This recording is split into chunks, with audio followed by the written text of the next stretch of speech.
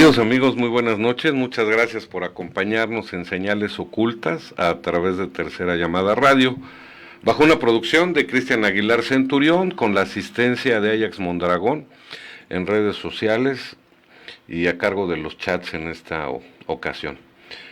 Con los medios de contacto, Twitter, Facebook, Instagram y YouTube como Tercera Llamada Radio, para que puedan interactuar con nosotros. Muchas gracias por acompañarnos. Un afectuoso saludo a quien sigue los audios allá en España por iVox.com. Muchas gracias, de verdad. Nuevamente en compañía de mi querido amigo el ingeniero Alfredo Herrera. ¿Cómo está, ingeniero? Pues ¿Cómo bien, le va? Muy bien, gracias. Aquí zarandeado, pero qué bien. Y con una tarde lluviosa. Sí. En el área metropolitana. Está loco el clima ya, ¿verdad? Bastante loco. Ya hemos platicado mucho de esto. Oiga, el tema quedó pendiente. Hoy hablaremos de la Tierra plana en la segunda parte. ¿Qué vamos a tratar, ingeniero? Vamos a tratar básicamente algo relacionado con las teorías en las que se basan las pruebas. Hay muchísimas pruebas en el campo del Internet en relación con la Tierra plana. Hay menos en relación a la Tierra redonda, pero de los dos temas hay bastantes pruebas. Y casi todas ellas versan sobre la teoría de la gravedad, la teoría de la ley gravitacional, la teoría de la relatividad, tanto la especial como la general. Sí. Y en fin, vamos a tocar esa parte. Vamos a tocar también algo relacionado con la geometría de la Tierra plana. Vamos a ver una aplicación que encontré por ahí en respuesta a una de las preguntas que nos hacía uno de los televidentes, oyentes de este programa, en relación a las distancias tanto en la Tierra plana como en la Tierra redonda. Es una aplicación la cual se parte de latitud y longitud del lugar original o de partida, latitud y longitud del lugar de llegada, y entonces en automático la aplicación nos genera un mapita donde nos hace una diferencia de distancias en color rojo y en color azul para decirnos cuál es en la Tierra plana y cuál es en la Tierra redonda. En fin, ese tipo y vamos a ver algunos ejemplos, y en esta ocasión vamos a enriquecer este programa con la presencia de un oyente. Sí, claro, les comento, el programa pasado tuvo la gentileza Ricardo Schmidt de ponerse en contacto con nosotros, y se nos hace muy oportuna la participación y la aportación que él pueda dar a este tema. Él está en los Estados Unidos, ingeniero, tiene, así brevemente una semblanza, que no viene ni al caso, pero bueno, es profesor de inglés, de español, es maestro en lenguas castellanas, tiene un doctorado en literatura, me imagino que de lenguas hispánicas, ya no lo alcancé a escribir, pero sobre todo, fíjese qué interesante, alguien con esa preparación académica, muy interesado por los conceptos de la Tierra plana y de otros, ¿no? Como usted, que es ingeniero químico, ¿no? Sí, a veces yo estudié administración de empresas. Y entonces es fenomenal que temas que nada tienen que ver con nuestras actitudes, nuestra profesión, despierten interés, porque sabemos que algo no anda bien. Sí, claro. ¿Verdad? Lo intuimos. Lo podemos intuir. Pues bueno, Ricardo, muy buenas noches, muchas gracias por acompañarnos, esta es tu casa. Bueno, buenísimas noches, muchas gracias por la invitación y la semblanza ahí generosa. Tal cual, creo que intuimos que algo no anda bien. Entonces, independientemente de nuestro campo de formación, empezamos a cuestionar todo lo que está ocurriendo a nuestro alrededor. Algunos cuestionan, por ejemplo, temas políticos, cuestionan en su propia profesión, digamos, los profesores cuestionando el campo de la educación, los médicos cuestionando la medicina. No se requiere de ningún título ni de ninguna preparación para empezar a cuestionar algo tan básico como es nuestra cosmología, ¿no? Sí, claro. El mundo que nos rodea. Sí, porque al final de cuentas la educación y la preparación académica que recibimos forma parte de un programa que bien puede ser adoctrinamiento, ¿no, ingeniero? Sí, claro. Sí, es que a través de una serie de programas que nos hemos atrevido a realizar, hemos encontrado que estamos siendo móviles de adoctrinamientos por parte de la élite en el poder. Hay ocultamiento de información y hay cosas que están sucediendo alrededor nuestros y no nos damos cuenta. Y quizá cuando nos demos cuenta como humanidad sea demasiado tarde. Por eso cuando alguien descubre algo y intuitivamente y empezamos a adentrarnos en esos temas, lo hacemos del conocimiento de la gente que nos quiera escuchar y nos quiera ver. De tal manera que nosotros estamos sembrando de alguna manera una semillita de duda, una semillita de reflexión acerca de determinados temas que finalmente nos ocupan y nos preocupan, ¿sí? No sé qué opines al respecto, mi estimado Ricardo, por un lado, y por otro lado, ¿qué te animó a ver a adentrarte en este tipo de problemática de la Tierra plana? ¿Cuál es tu relación con esto? Bueno, la relación con esto viene porque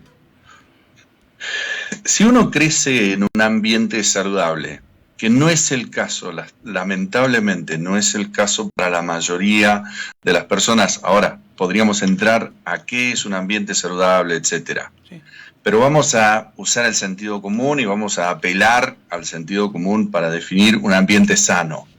Un ambiente, vamos a decir, tan siquiera donde no hay abuso.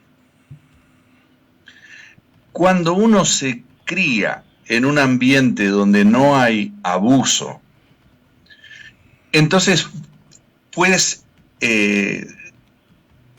puede despertar o mantener una sensibilidad hacia aquellas cosas que pueden resultar no ser ciertas, ¿no? El bombardeo mediático es mucho más palpable si yo vivo en un ambiente sano. Ahora, si yo estoy a las corridas todo el día con el ajetreo de la vida y tengo 3000 situaciones en marcha, por ejemplo, un alunizaje de 1969, a mí simplemente me resulta un titular de periódico, algo impresionante, digo, wow, qué bárbaro, qué interesante, el hombre llegó a la luna, bien, ganamos una partida, le ganamos la pulseada a la luna, ¿no? Que nos tenía ahí, de que prohibido llegar acá, soy intocable. No, nosotros los seres humanos vencimos a la luna, la conquistamos, ¿no? Así como conquistamos América, como conquistamos el reino animal, como podemos dominar un elefante, donde un león nos hace caso, la luna también. ¡Pum! Me desconecto, sigo con mi vida al día a día. Entonces quiero decir, no me quiero dar muchos méritos y no me quiero jactar de nada, simplemente por eso apelaba al ambiente sano. O sea que yo soy fruto de un esfuerzo ya anterior, que podría ser por parte de mis padres, por ejemplo, de simplemente liberarme de algunas preocupaciones, como para que yo pueda estar atento a la vida, ¿no? Atento a mi entorno, y que me empiecen a molestar algunas cositas que voy recibiendo. Y entre esas cosas, claro, menciono la luna. ¿Qué pasa? Cuando uno se pone a reflexionar realmente, sin ni siquiera consultar nada de información, eso ya sería aparte. Pero uno simplemente se pone a cuestionar, ¿es posible pisar la luna? ¿Es posible hacer un viaje de 350.000 kilómetros? Bueno, digo, no hace falta apelar a los datos. ¿Es posible llegar a eso que yo veo ahí, que está en constante movimiento? ¿Cómo envío un cohete que justo, ¿no?, empieza a pensarlo, porque tiene el tiempo, porque, digamos, despierta el interés, porque ha ocurrido un pequeño choque, porque las mentiras realmente tienen una textura que es palpable. No por nada los ancianos es más difícil mentirle a un anciano que a un joven, porque ya reconoce la textura de la mentira. No porque sea más inteligente ni nada, sino porque reconoce la textura, pero para eso hay que tener atención, para eso hay que estar atento. Y esa atención no se logra en un ambiente, digamos, de mucho ajetreo, de mucho desorden. Ese es el ambiente que nos propone, si ustedes se fijan, perdón que me extienda, si ustedes se fijan en las series de televisión, en las películas, en el cine, la propuesta, la idea, la concepción del siglo XXI es una vida de correr para acá, para allá. Todo es dinámico, todo está pasando en un solo momento. ¿De qué podemos percatarnos si estamos en ese ajetreo, si estamos moviéndonos a esa velocidad? Absolutamente de nada. Entonces, ¿qué es lo que me conecta a mí con el tema de la Tierra plana? Bueno, justamente estos momentos de pausa, de los cuales no me puedo yo jactar y decir que son producto de mi propio esfuerzo. Ya hubo todo un empeño anterior por parte de la familia de decir, bueno, hijo, por lo menos te voy a tener un lugar donde dormir, un lugar donde comer. ¿No? Pero bueno, me puedo acercar mucho más específicamente al tema de la Tierra plana, si es que quedé muy lejos del tema. No, está bien. Básicamente nos dices que la problemática de la mayoría de la gente es la lucha de satisfacción o satisfacer las necesidades primarias y por lo tanto está inmerso en una lucha de trabajo constante y de tal manera que casi no le queda tiempo para él y mucho menos para reflexionar acerca de las condiciones que le ofrece la propia vida. Simple y llanamente está ocupado y probablemente algún sistema de control de que se maneja en las teorías de la conspiración esté sujeto como individuo, pero también como humanidad. Y ese es el grave problema. Con esos tipos de programas que estamos haciendo, pretendemos darle un poquito de espacio a esa gente que ya llegando a su casa a dormir, ya en la paz y tranquilidad de su hogar, puedan ver y puedan accesar a esta información que de otra manera la tendrían muy alejada. Y aquí nos permitimos hacer nosotros pequeños estudios, pequeñas informaciones para poderles dar algún tipo de programa que sea de su interés y de su conocimiento, tratando de que haya un despertar de conciencia de la mayor parte de la humanidad. Esa es nuestra finalidad. A veces no la cumplimos. Perdón que interrumpa aquí. Siento esa responsabilidad, por eso le atribuyo y agradezco a la generación anterior de dar un impulso, porque no todos tienen esa oportunidad. Claro.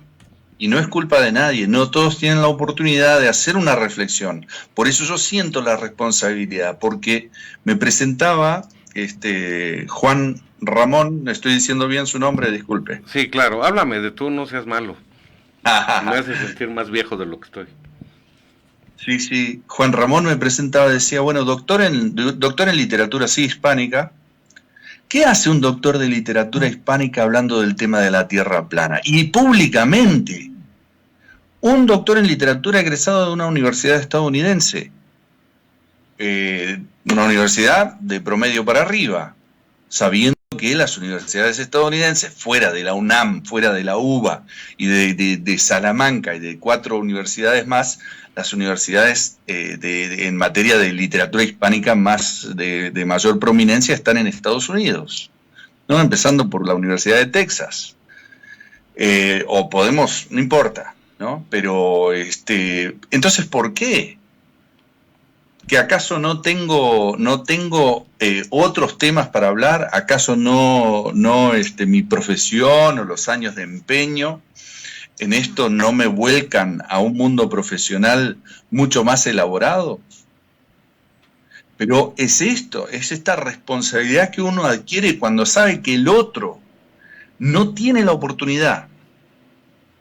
El jovencito que no en su casa, que las cosas no funcionan, que quizás me lo medicaron de muy joven, porque no atendían la escuela, ese muchacho no tiene las mismas oportunidades.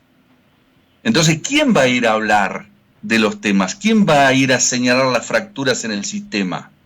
porque estos son pequeños cracks que hay en el sistema. Cracks, ¿no? Una fractura. Sí, así es. Sí. En el sistema por donde uno puede mirar y ver un poquito, porque de otra manera te tienen, ¿no?, dentro de una burbuja, engañado en prácticamente todo, pero digamos, dentro de esa burbuja, así como hay una pintura, ahora no recuerdo de quién es, pero sale mucho con el tema de la Tierra plana, esta pintura de que hay una persona como saliendo de una especie de cúpula o domo, asoma la cabeza y ve por afuera, ¿no? Si está en una tierra plana, hay un domo, se asoma y ve desde afuera qué es lo que realmente está pasando en el cosmos. Sí, así Entonces yo no puedo permitirme, digamos, un esfuerzo multigeneracional que me vuelca a mí en una exploración intelectual elaborada y a profundidad, no la puedo simplemente, para mí, desde mi moral, no la puedo verter en un proyecto ególatra, egoísta. Yo siento la responsabilidad de traer la mayor cantidad de información posible a mis pares, ¿no? A mis pares, pero también a los menos afortunados o a los más jóvenes en este caso. Esa es una obligación que yo tengo. Claro. Por eso yo siento que estamos acá y yo le agradezco el espacio que ustedes ofrecen desde ahí, desde Tercera Llamada. Y nosotros te agradecemos tu interés, porque mira, nos sucede algo similar. Nos damos cuenta de que cada día que transcurre, el adoctrinamiento y la robotización de las personas, no es porque sean malos o sean ignorantes o estén dormidos, es que simple y sencillamente está funcionando en ellos. Nosotros a lo mejor tuvimos otra oportunidad, ¿no, ingeniero? Así Como es. bien menciona Ricardo, tuvimos otra... Fractura, hasta tragedias. Sí, Ya las viviste y te posicionó esa tragedia en un lugar que el otro lamentablemente no lo ve, no entiende de qué le estás hablando. claro. Entonces una vez uno abierta la fractura que puede venir, puede ser impulsada o generada tanto por el amor como por el odio, como por pero la experiencia tiene que estar. La fractura se tiene que dar. Y está ahí apenas donde uno se asoma y entonces adquiere la responsabilidad. Y la mayoría de las personas que ven la fractura intentan alertar al otro de algo. Pero claro, están aquellos también que conocen el sistema, o sea, conocen la mirada desde afuera, no están dentro del sistema de programación. Y sin embargo se lo callan y se lo guardan. Y esos actuantes están en situaciones de poder, en posiciones de poder, ¿no? Y se dedican a la política, se dedican a los medios masivos, se dedican al cine, se dedican a los diferentes hilos, a los diferentes manipuladores que tenemos hoy sociales. Sí. Muy bien, ahora sí podrá entender nuestro público el porqué de estas acciones, de ese tipo de programas. Bien, si no te importuno, quisiera ya entrar en materia, darles algo de relacionado con esta tierra plana en específico. ¿Les parece Adelante, bien? adelante, Bien. ingeniero. Entonces, aquí, como les decía en la introducción, se ofrecen en el Internet cientos de pruebas para la teoría de la tierra plana y en función también de la teoría de la tierra redonda. Bien, básicamente encontré que la teoría de la gravedad, que fue desarrollada en 1687 por Isaac Newton, podemos decir de ella que la gravedad es un fenómeno natural por el cual los objetos con masa son atraídos entre sí, efecto mayormente observable en la interacción entre los planetas, galaxias y demás objetos del universo. Es una de las 4 interacciones fundamentales que origina la aceleración que experimenta un cuerpo físico en las cercanías de un objeto astronómico. El propio Isaac Newton habla de la gravedad y dice: Newton postuló que la gravedad es una acción a distancia y por lo tanto a nivel relativista, no es una descripción correcta, sino solo una primera aproximación para cuerpos en movimiento muy lento comparado con la velocidad de la luz. Esto significa que esta llamada ley de la gravedad no es tal, sino se trata de una teoría de la gravedad. ¿Estarías de acuerdo en este concepto? Por supuesto. Vamos a lo siguiente. Hago una pequeña intervención, si me permite. Sí, por favor. Y la gravedad es un planteo necesario tras haber trazado, concebido, una Tierra esférica, un modelo heliocéntrico, un modelo en que la Tierra gira alrededor del Sol anualmente, etc. El modelo copernicano. Entonces, el modelo copernicano, que permítanme, obviamente hay una audiencia que cuestiona todo esto, pero permítanme desde esta postura. El modelo copernicano es una ficción en sí, o sea, es una elaboración, así como el Quijote, ¿no? Don Quijote de la Mancha es una elaboración, es un pensamiento vertido a escritos, fórmulas, trazos. Eso es el heliocentrismo copernicano.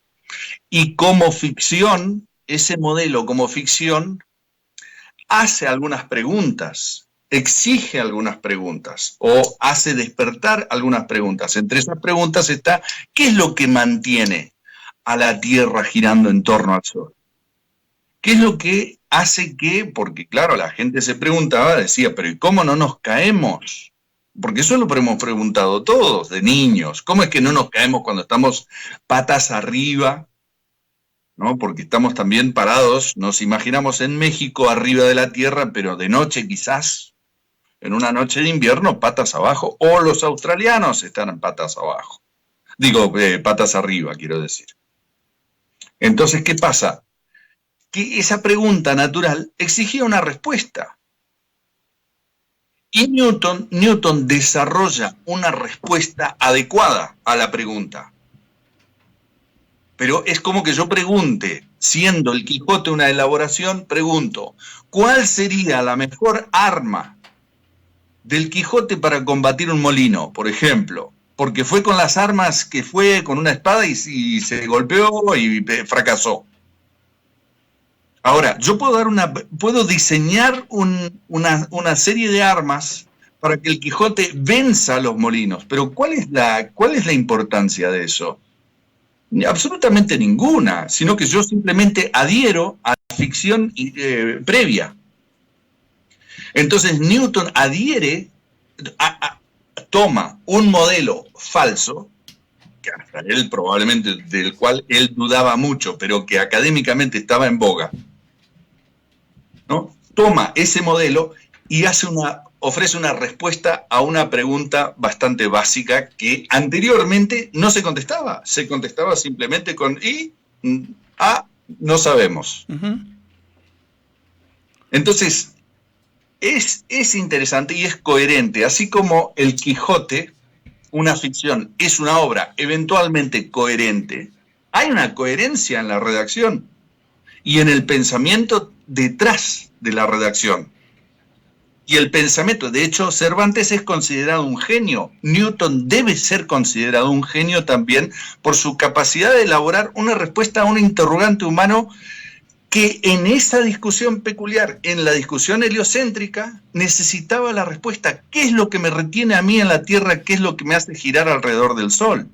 Y Newton da una respuesta muy útil para esa discusión. Exacto. Pero en ningún momento, y en palabras del propio Newton, él adhiere a que lo que él puso en papel sea una verdad absoluta.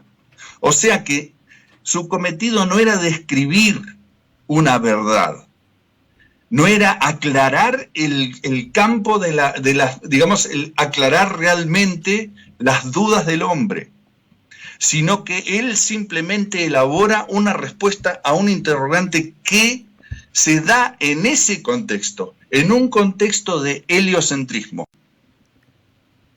Correcto. Entonces, es una teoría por su coherencia, así como yo puedo narrar la historia de Quijote de principio a fin, porque es una historia coherente, más allá de la locura del Quijote.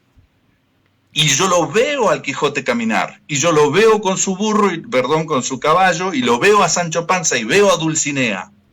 Y son prácticamente parte de mi esquema natural. Yo casi que los conozco sus personalidades. Es muy coherente la obra. No significa que me sirve a mí como código de vida o que me sirve a mí para, entender la realidad más de cerca. Y mucho menos es una representación de la realidad del Quijote. De la misma manera, y perdonen la analogía tan distante, del mundo de la ciencia, de la física, a la literatura, pero es tal cual. El concepto, lo que Newton pone en palabras, es una ficción elaborada que no tiene la intención de acercarse a la verdad ni a la realidad. Correcto. Déjame continuar con esto y ahorita hacemos otra intervención tuya. Te rogaría que fuera un poco más breves. Más breve. Mira, la otra ley en la que se basan las pruebas de la teoría de la Tierra plana y de la teoría de la Tierra redonda es la ley de la gravitación universal, también formulada por Isaac Newton. Esta ley postula que la fuerza que ejerce una partícula puntual con masa sobre otra con masa es directamente proporcional al producto de las masas e inversamente proporcional al cuadrado de la distancia que las separa. Esta ley de la gravitación juega un papel muy, muy importante por cuanto a las... vamos a ver su aplicación en el campo de las mareas, de la generación de las mareas. ¿Sí? Un poquito más tarde. Bien, ahondando un poco más, dejando a Newton a un lado, le decimos ahora, tiempos más modernos, siglo XX, la gravedad, dice Einstein, es consecuencia de la curvatura del espacio-tiempo. La Tierra es redonda porque la gravedad atrae con igual intensidad de todas las direcciones hacia adentro, de modo que la superficie irregular del planeta se ha ido compactando lentamente en forma de esfera. En la teoría de la relatividad, publicada en 1105 por Albert Einstein, incluye esta teoría de la relatividad tanto a la teoría de la relatividad especial como a la teoría de la relatividad general. Pretende resolver la incompatibilidad existente entre la mecánica newtoniana y el electromagnetismo. O sea, aquí ya se empieza a obtener alguna otra idea que venga a desplazar a la idea de Newton o bien a confirmarla, pero ya hay un inicio de hacer algo diferente o algo complementario en su caso. Bien, esta teoría describe correctamente el movimiento de los cuerpos incluso a grandes velocidades y sus interacciones electromagnéticas. Se usa básicamente para estudiar sistemas de referencia inerciales. No es aplicable para problemas astrofísicos donde el campo gravitatorio desempeña un papel importante. La teoría de la relatividad general publicada en 1915 es una teoría de la gravedad que reemplaza a la gravedad newtoniana, aunque coincide numéricamente con ella para campos gravitatorios débiles y pequeñas velocidades.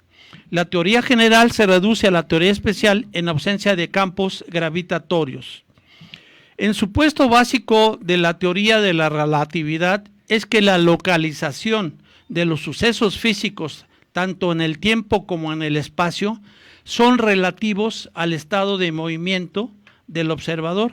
Así, la longitud de un objeto en movimiento o el instante en que algo sucede, a diferencia de lo que sucede en mecánica newtoniana, no son invariantes absolutos y diferentes observadores en movimiento relativo entre sí diferirán respecto a ellos. Las longitudes y los intervalos temporales en relatividad son relativos y no son absolutos.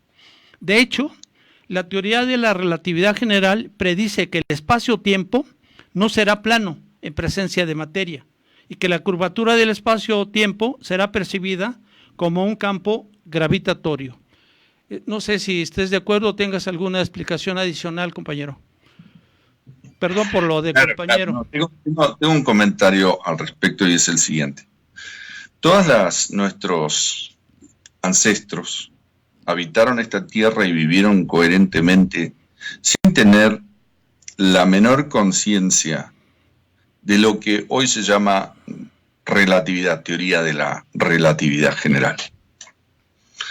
Por lo cual, o sea, ¿por qué traigo esto a la mesa? Porque es un conocimiento totalmente innecesario para nuestro día a día, para vivir nuestras vidas, para conocernos, reconocernos a nosotros mismos y demás, y hacer todas las actividades que necesitamos hacer y que queremos hacer y de realizar todos nuestros sueños. Este tema de la teoría de la relatividad, 1915, bueno, cuando sale Einstein a hablar del tema, no recuerdo si mencionaba 4, 8 o 9 personas, pero él decía que solamente, por decir, me voy a ir por el número 9, solamente 9 personas entendían, comprendían lo que él quería decir con su teoría. Sí, así es. 9 personas en el mundo. O sea, y yo tengo 150 millones de mexicanos, o 30 millones de mexicanos, 20 millones de jóvenes mexicanos que están dispuestos hoy por hoy, a aferrarse dientes y uñas de la teoría de la relatividad y llenarse la boca de curvar el tiempo-espacio. Cuando uno sentado en una mesa, le puede decir, ok, bueno, ya que estamos acá, vamos a curvar un poquito el tiempo. A ver, ¿cómo se curva el tiempo? Por otro lado, ¿de qué me sirve a mí curvar el tiempo? ¿Cuál es el beneficio? Claro, o sea, pero ¿y cómo lo haría? ¿Y para qué? ¿Cómo? No entiendo. Entonces, no estás entendiendo el planteo. Pero si yo te digo que la teoría de la relatividad es una charlatanería de un grupo de profesionales, de académicos, que como yo en mi campo me he sentado a discutir que si el Quijote realmente estaba enamorado de Dulcinea o no, es una discusión que pertenece a ese campo.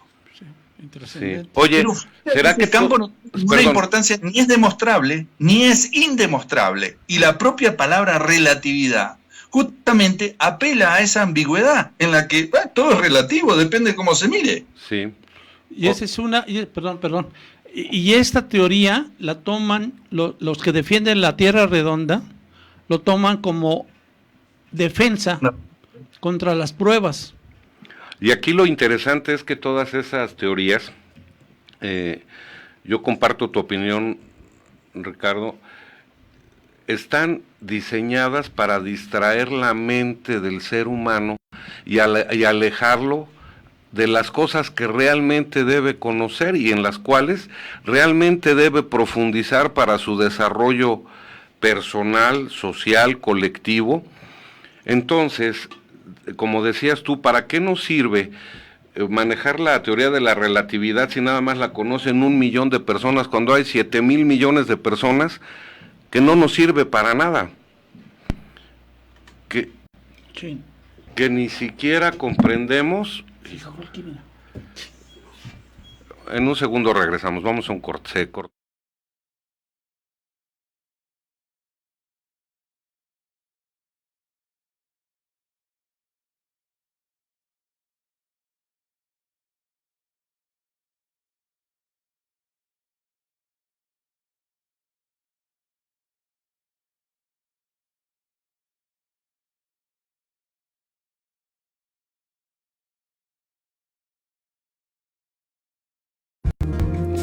¿Eres cantautor independiente?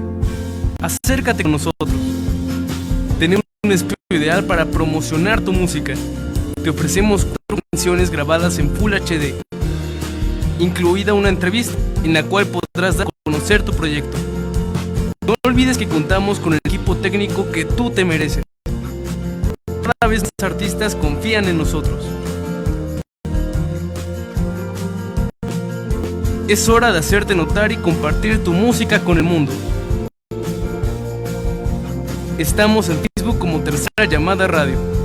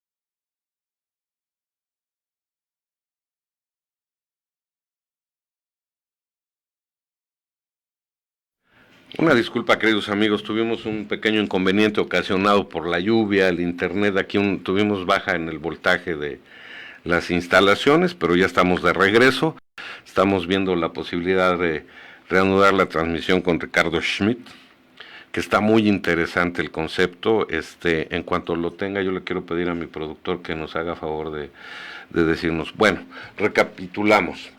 Estamos diciendo, ingeniero, que muchas de estas teorías pueden haber sido creadas para distraer el pensamiento de las personas y desviarlos de lo que profundamente y necesariamente hay que conocer. Casualmente estas fueron hechas por gente que eran masones. Masones, ¿verdad? No sé si tenga algo que ver. No, hay quién sabe. No sé. Ajá. Ya ve que son bien buenas gente. Sí, son muy buenas gentes. Oiga, la otra, por ejemplo, Newton, la humanidad tiene más de 350 años guiándose por sus postulados. Sí. Y casualmente toda la ciencia ha cambiado, evolucionado. Y pondré un ejemplo, el átomo indivisible, ¿no? Si uno no se actualiza, pues se queda con ese concepto y ya pasó, ya cambió el tiempo. Sí, la teoría de Bohr, de Rutherford, etcétera. Sí. Ahora las ideas de la física cuántica, ¿no, ingeniero? También, de que se comporta como una partícula y como una onda. Entonces, en lo que no es en lo que recobramos a don Ricardo. La otra. Hola, hola. Sí, ya estamos. ¿Ahí estás, Ricardo? Sí, aquí estoy. Perdón, es que le tuvimos una baja de voltaje y perdimos la comunicación contigo, pero ya lo solucionamos. Bueno, buenísimo, no, aquí estoy, perfecto. Ok, bien. Bueno, entonces nos quedamos en que muchas de estas teorías estaban diseñadas para distraernos, para alejarnos de la realidad, del sentido de vivir y de existir, ¿no? Desde mi punto de vista. ¿Tú consideras que así es también, Ricardo, no? Bueno, el tema lo que les quería comentar a los más jóvenes, el tema de atraerlos con el concepto de la complejidad. Hay un atractivo en la complejidad y hay una competencia en la que se entra desde muy chiquito, porque los sistemas académicos tienden a premiar a aquella persona que puede memorizar la mayor cantidad de cosas, no las cosas más importantes, sí, sino la mayor cantidad de cosas. Entonces hay una complejidad que se valora desde el mundo académico. Y entonces esa es la pequeña semilla, del tipo de semilla contraria a las que quieren sembrar ustedes. Es una semilla que invita al individuo, al ser, por el resto de su vida, a tratar de complejizarse para ser más interesante, para ser más premiado, para ser más aceptado, para ser básicamente el héroe, ¿no?, de la clase. Claro. Entonces hay un interés cuando a uno le dicen curvar el espacio-tiempo, sí, ¿no?, la relatividad y los millones, los años luz, sí, que los millones de años luz que no, porque tú no entiendes, porque la física, porque la química, porque cuando un objeto, esto, A, B, C, pum, pam, tú no entiendes, porque por óptica, porque es un principio de óptica, porque es un principio de esto, que es un principio del otro, y porque Einstein decía y Tesla lo confirmaba, y bla, bla, y es todo complejidad. A la hora de la hora uno le pregunta, bueno, vamos a curvar el tiempo acá en la mesa, ahorita, como dicen ustedes en México. A ver, cúrvame el tiempo aquí, muéstrame una parte del tiempo que puede que sea física, para que yo la pueda curvar. Es como que te diga, cúrvame el pensamiento, pero ¿de qué manera? O cúrvame la imaginación. ¿Cómo? Cúrvame los sueños. Si el tiempo no tiene materia, ¿cómo lo puedo curvar? Ah, esa pregunta no importa. Lo que pasa es que tú no entiendes de física y tú no entiendes de la luz y la velocidad de la luz. Entonces no puedes entender el espacio-tiempo. Y yo te sigo preguntando algo mucho más básico. Perdóname mi ignorancia y el que sea tan básico. ¿Cómo hacemos para curvar el tiempo? Y no te lo saben contestar, pero van a defender a muerte todo lo que se ha elaborado a partir de esa premisa tan falsa y tan resbalosa. O sea, ¿de qué me agarro? Si yo puedo construir arriba de esa base, te puedo construir cualquier cosa. O sea, si ya me compraste esa mentira, es como a la novia.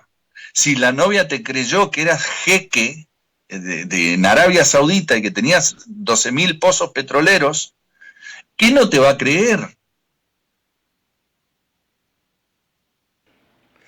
Oye, está como decir, el hombre llegó a la luna, se trabajaron muchos años tenazmente, con muchos sacrificios, para que la carrera espacial comenzara.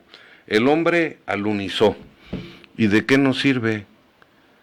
¿Qué sí. Cosas buenas le ha dejado al hombre aquí en la Tierra el que 3 o 4 personas hayan puesto los pies en la luna? Ah, les dejó conocimiento, les dejó... Pero oye... y los miles y miles de millones de personas que viven de una manera tan denigrante, tan preocupante, esos no importan. Es más importante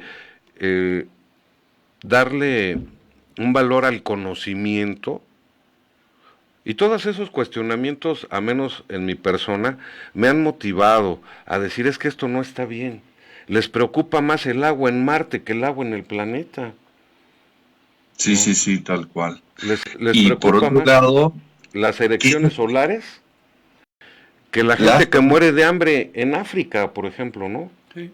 Uh-huh. Y no solo, Juan Ramón, ¿qué nos ha dejado el viaje a la Luna? Nada. Que la respuesta es 0, pero cuando yo hago la pregunta ¿qué nos ha robado?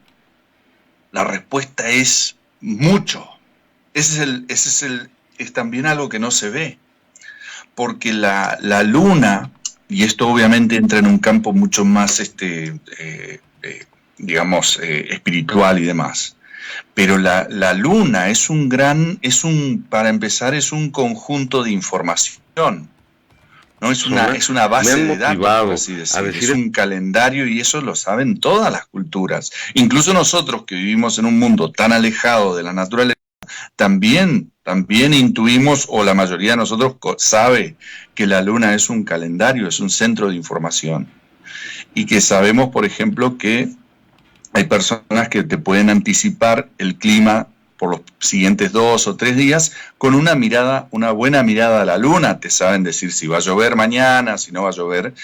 Eso por hablar de el orden ya lo básico, ¿no? El primer conjunto, el primer set de información que contiene la Luna.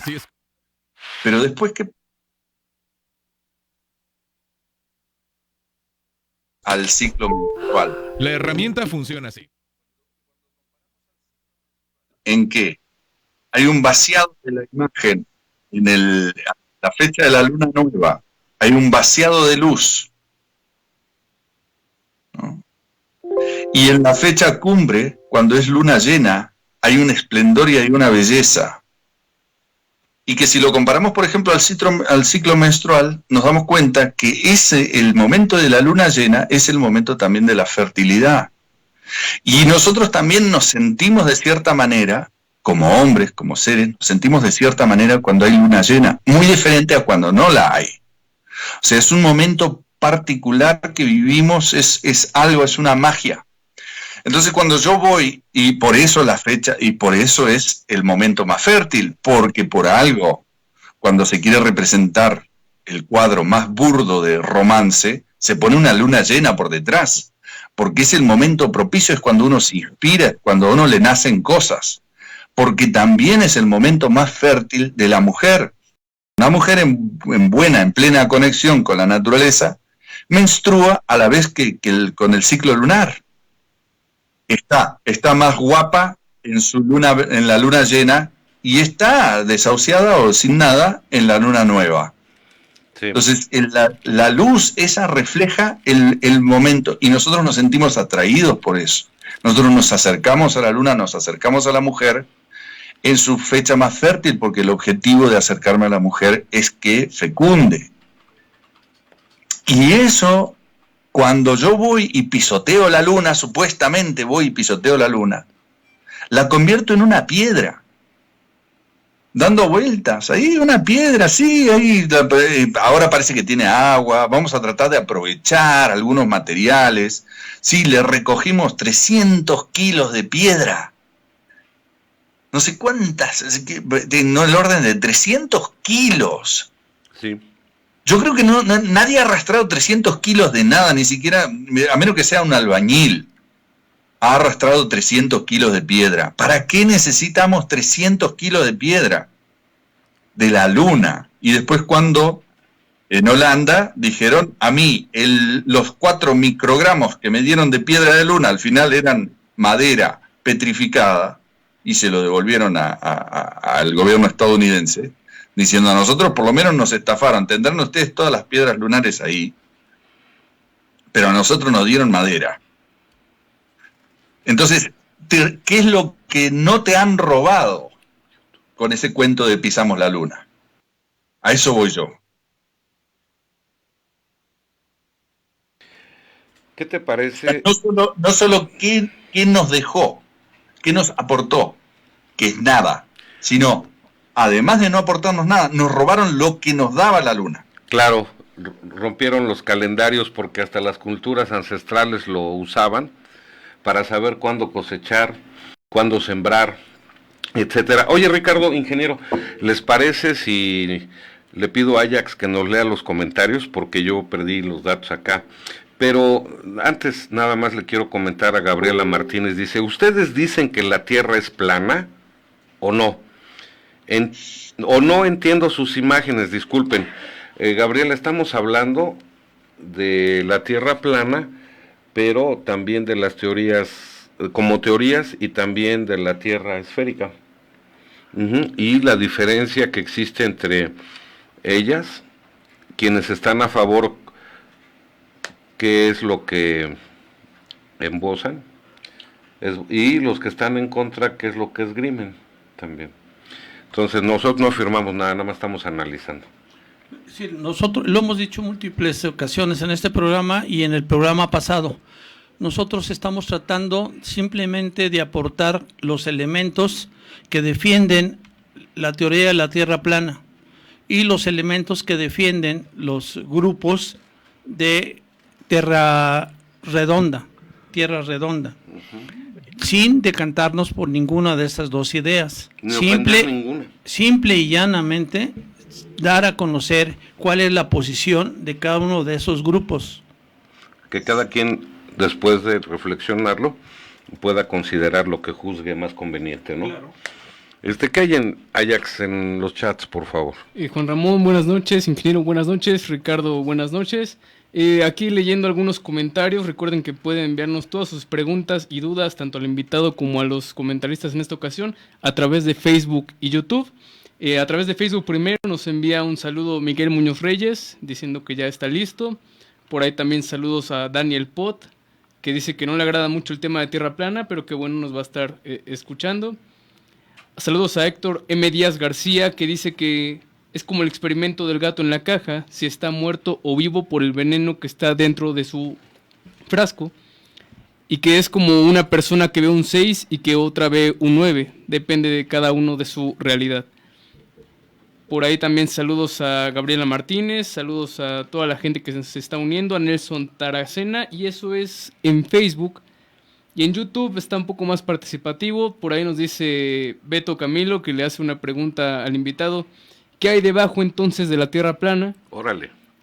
Pregunta Patrones Comunes, bueno, que nos manda saludos, y le pregunta a Beto justamente qué hay dentro de la Tierra Globo. Edoye 33, saludos hermanos cósmicos. A Tepe Colomba, saludos amigos.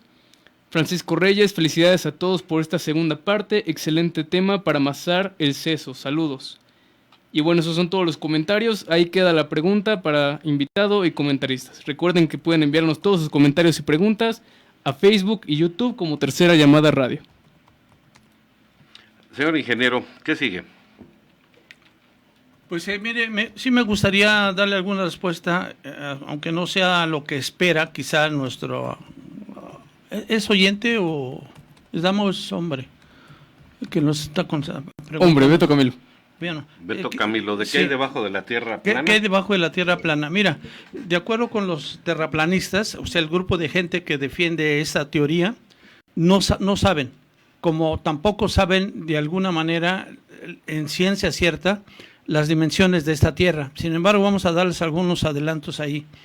Pero respecto a qué hay debajo de la Tierra, no se sabe con certeza. Ni el grupo que defiende la Tierra plana no sabe cómo dar respuesta a ese tema. O sea que quién sabe qué hay. ¿Quién sabe qué hay? ¿Cómo ves, Ricardo? Está bien, es una respuesta honesta a la vez, no hay ninguna inocencia en esa respuesta. Es una respuesta que simplemente busca apelar a la verdad, a lo que a mí me consta. No es que no haya, por ejemplo, una posible noción, ¿no? Alguno podría empezar a explicarlo si quisiera, pero sabe perfectamente que se estaría aventurando al campo de lo indemostrable. Sí. Entonces ¿qué hay abajo, la parte de abajo de la Tierra? Bueno, hay una idea, para empezar, hay una idea de que, muy errada, de que lo único que estamos haciendo acá es cambiar la forma de la Tierra y que todo lo demás sigue en pie, el sistema solar y todo lo demás. No, olvídense de eso. La Tierra está abajo y el cielo está arriba. Esas son las únicas realidades. O sea, lo que tú experimentas en tu día a día, cuando sales a la calle, lo que tú ves, abajo tuyo hay tierra, arriba tuyo no hay tierra. Hay aire, hay éter, como quieras llamarlo, es algo menos palpable. Es físico, sí, pero hay luz, etcétera.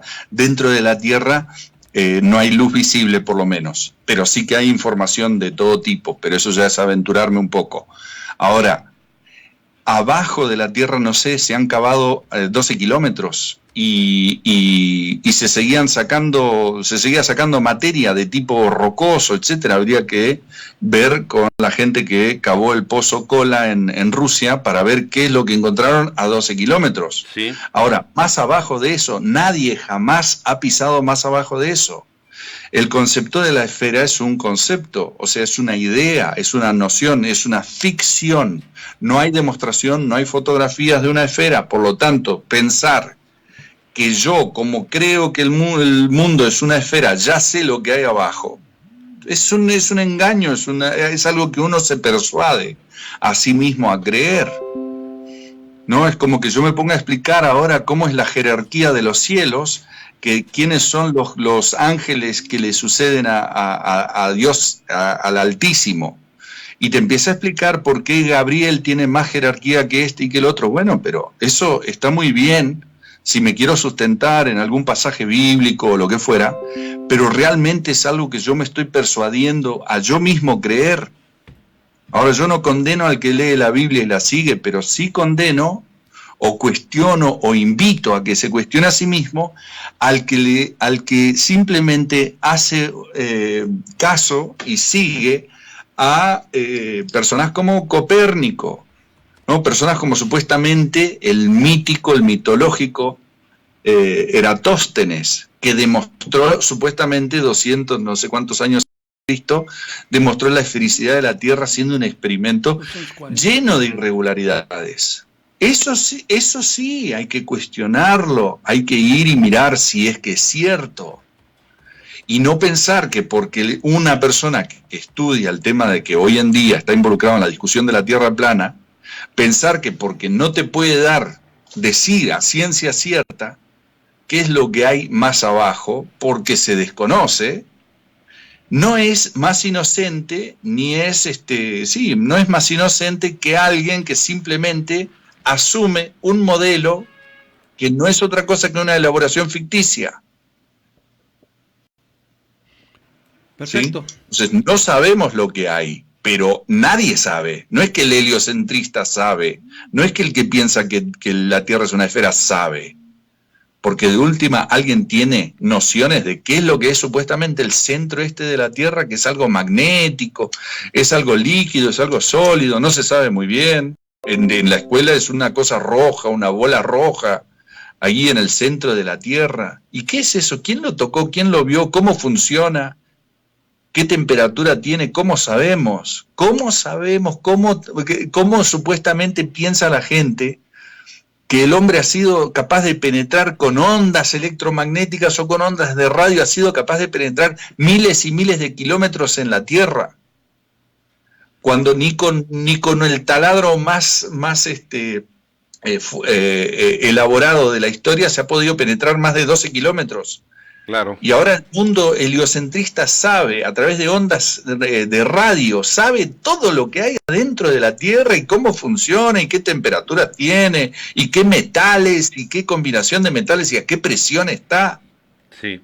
Oye, y casualmente los gobiernos que dominan al mundo en todos los aspectos, tecnológico, alimenticio, farmacéutico, económico, ellos crean los planes de estudio. Y como ellos lo dicen, todo el mundo lo tiene que dar por hecho, ¿verdad? Crean su propia justificación científica y lo reparten por el mundo y ya todo el mundo lo tenemos que creer, como dice Ricardo ahorita. Nos dicen que en el núcleo de la Tierra hay hierro fundido y otros materiales, y nosotros, como eso nos enseñan en la escuela, lo tenemos que dar por hecho. Así es. Sin cuestionarnos, oye, ¿de veras será cierto? Pero llega alguien y nos habla de la Tierra hueca, y ya chocó con esa preparación académica que tuvimos. Y peor, nos dicen, la Tierra es plana, y nos vamos contra ellos con todo, sin ni siquiera darles el beneficio de la duda, y reflexionar que tal vez su postura tenga algo de cuerdo y válido, ingeniero, ¿no? ¿Cómo ves? Así es, sí. Me gustaría avanzar un poquito en el tema. Me gustaría avanzar, si les parece. Claro. Les parece bien. Usted la avanza y nosotros comentamos. Correcto. Y aquí tocaría ver por qué la Tierra no puede ser una esfera. Vamos a poner algunos ejemplos muy rápidos. Y sencillos. Dice, el 70% de la superficie de la Tierra está cubierta de agua. Las superficies de agua en reposo siempre forman un plano horizontal y nunca en la historia de la humanidad se ha observado cómo el agua se adhiere al exterior de esta. La ciencia lo atribuye a la gravedad, pero lo único que observamos de la gravedad es la aceleración de los objetos, es decir, que las cosas caen a una cierta velocidad verticalmente, sin saber a qué se debe, pudiendo ser magnetismo, presión o cualquier otra situación. Entonces, esta sería una explicación que dan los terraplanistas para decir que la Tierra no es esférica. La gravedad, abundando, la gravedad es lo suficientemente fuerte para mantener los océanos a una bola giratoria, pero tan débil que los pájaros pueden volar. La ciencia dice que es la masa de la Tierra, es la que está jalando a todo. Es una gigantesca bola con océanos flexibles. El agua no se puede pegar a una bola girando. Recordemos que si tenemos como perímetro de esta bola, que representa la Tierra, son del orden de 46.200 según Eratóstenes en la primera medición, hace 240 años antes de Cristo. ¿Sí? Se ha aproximado más, han hecho mediciones más exactas y son del orden de 40.030 kilómetros. Bien, entonces, de acuerdo con ese giro, si sostenemos que la Tierra gira sobre su propio eje y tenemos que da una vuelta en 24 horas, entonces del orden de 40.000 kilómetros, entre 24 nos da un poco más arriba de 1.400 kilómetros por hora, velocidad a la que estaría girando nuestra Tierra. Bien, ese sería un punto. Otro punto. Ahora se enseña comúnmente que las mareas oceánicas de la Tierra son provocadas por la atracción de la Luna gravitacional. Sin embargo, si la Luna tiene solamente 2.160 millas de diámetro, o sea, unos 3.474 kilómetros, y la Tierra 7.920 millas, que corresponde a unos 12.740 kilómetros. La masa de la Tierra es de 5.972 por 10 a la 24 kilogramos. Reitero, 5.972 por 10 a la 24 kilogramos. Y la Luna tiene 73.49 por 10 a la 24 kilogramos, se deduce que la Tierra es 81.3 veces más masiva. En el programa anterior yo me equivoqué, les dije que la Luna respecto a la Tierra era 8 veces, más bien, que la Tierra era 8 veces más grande que la Luna, y es 81.3 veces, de acuerdo con estos datos. Entonces, se deduce que la Tierra es 81.3 veces más masiva y por lo tanto el objeto más grande debería atraer a los más pequeños hacia ella y no a la inversa. Si la gravedad mayor de la Tierra es la que mantiene a la Luna en órbita, es imposible para la gravedad menor de la Luna reemplazar la gravedad de la Tierra, especialmente a nivel donde su atracción gravitacional estaría aún más fuera del alcance de la Luna. Y si la gravedad de la Luna realmente sobrepasase la de la Tierra provocando las mareas hacia ella, no debería haber nada que impidiese que siguiesen adelante y hacia arriba, hacia su gran atractor. O sea, esos son puntos que tiene a considerar los defensores de la teoría plana. Bien. ¿La Luna debería llevarse el agua? No, porque la Luna está sujeta a la fuerza de atracción de la Tierra. No, sí, pero me refiero a que si realmente la fuerza de atracción la ejerciera la Luna, sí, ella debería jalarse todo el agua. Exacto, pero aquí se ve que definitivamente no puede ser. Sí. No puede ser. Bien, viendo la parte ahora de la curvatura de la Tierra, hay una fórmula, no sé si puedes poner esta imagen. ¿Sí? Ahí van a ver que hay una fórmula en Excel que se trata de lo siguiente. Dice, en la figura se ve que en la parte del polo norte avanza hasta de 0, 1000, 3000, 5000, 6373 kilómetros.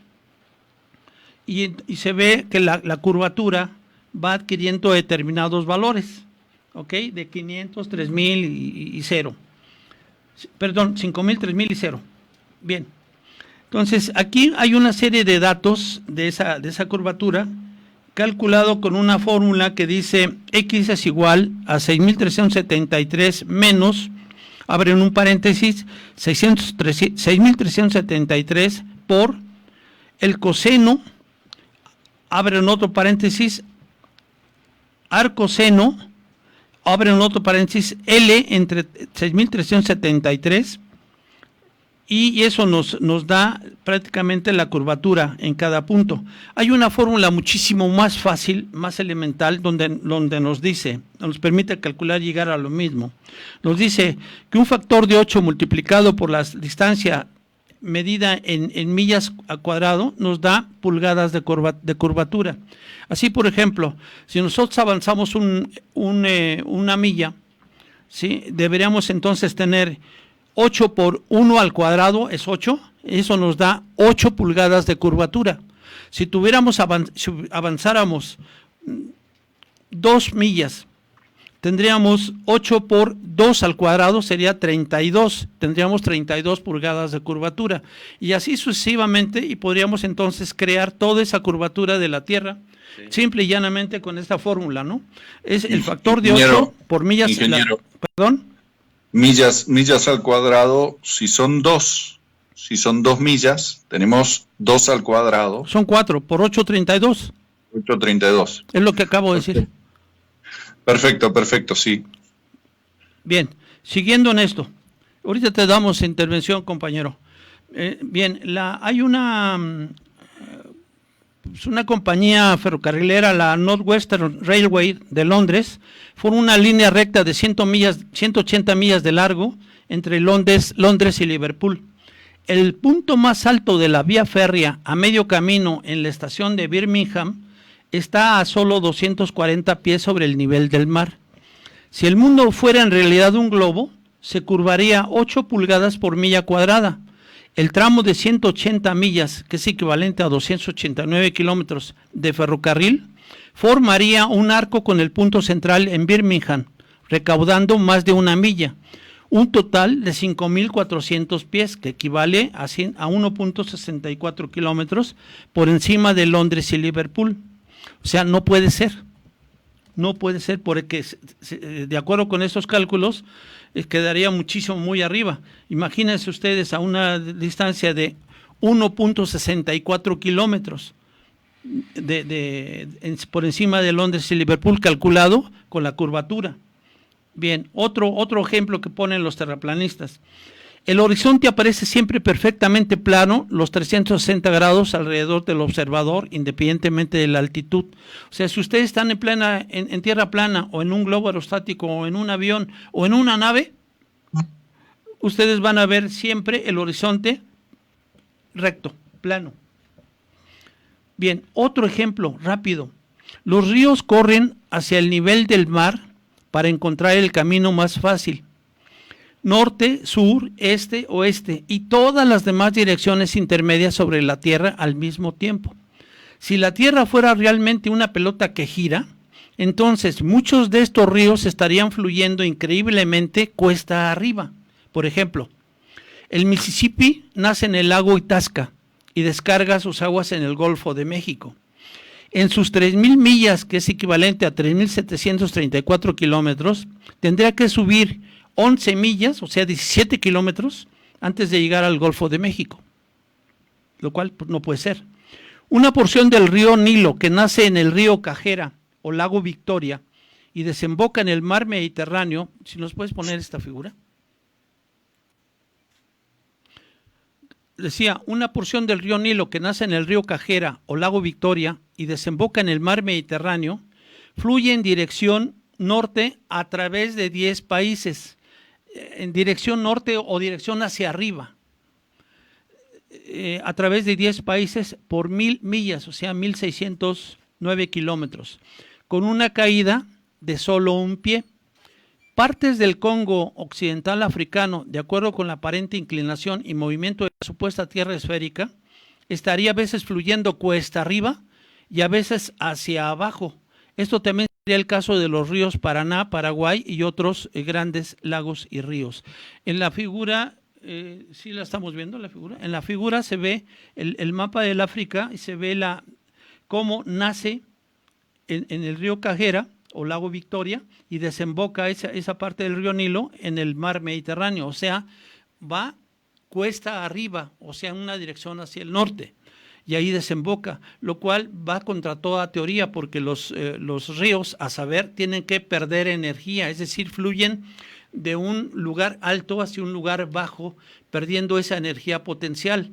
Y aquí se vería que estaría ganando energía potencial, lo cual pues, no tiene una explicación lógica, bajo la perspectiva de que se trata de una Tierra esférica. ¿Qué opinión tienes al respecto, mi estimado Ricardo? Sí, me gustaría hacer un ejercicio Sí.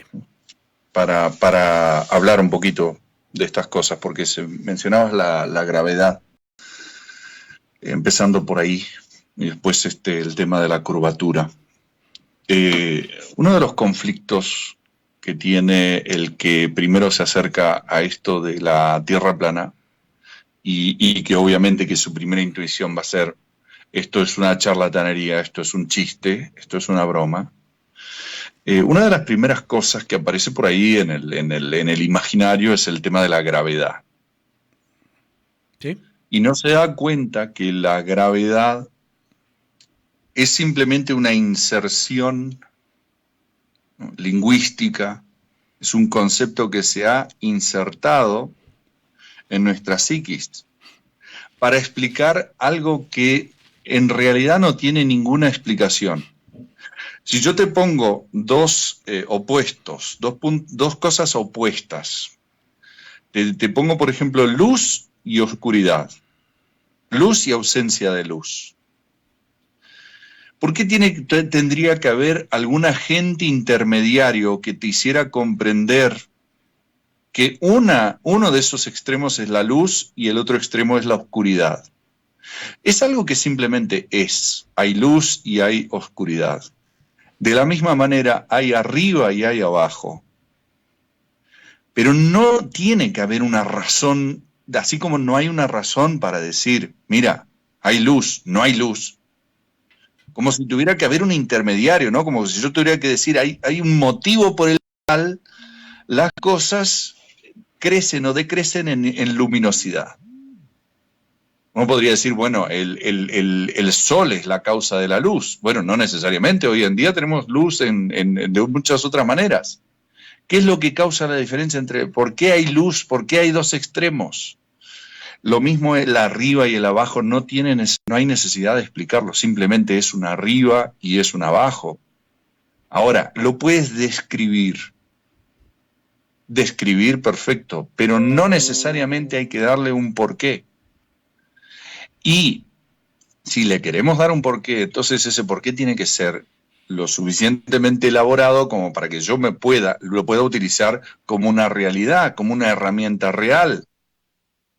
Pero resulta que no hay ninguna, simplemente decir la gravedad atrae las cosas a la Tierra, realmente no significa nada.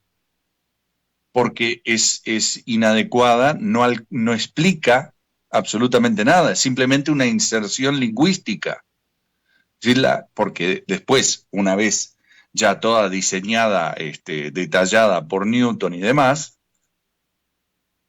tiene cierta lógica ahí, es un trabajo explicativo, es un trabajo descriptivo de lo que ve, pero no es que es la razón por la cual las cosas caen.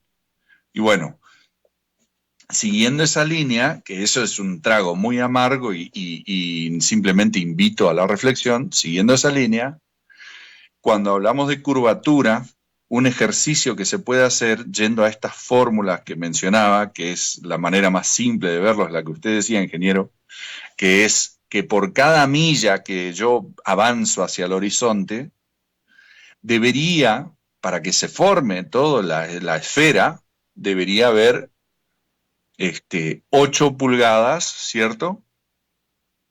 Por Sí. milla al cuadrado de curvatura. Eso yo lo debería ver, no digo en la calle, no digo en una ciudad, porque hay muchas irregularidades, pero en el océano yo lo debería poder percibir. Entonces, siguiendo esa línea, en 100 millas yo tendría 100 millas al cuadrado, que usted me sacará la cuenta, son 10.000. 10.000 por 8. ¿Verdad? Por 8, entonces 80.000. tengo 80.000 pulgadas Sí. de curvatura, que después las podríamos transferir a metros o lo que fuera, y es una curvatura muy interesante, ¿no? Bastante prominente en 100 millas, que tampoco es una distancia muy, muy, muy notable, ¿no? Es algo relativamente cercano.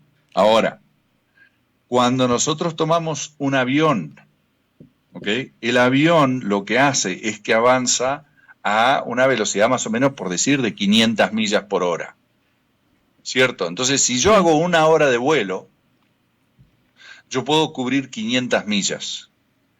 ¿Cuál es la curvatura de 500 millas, según usted, ingeniero, ahí?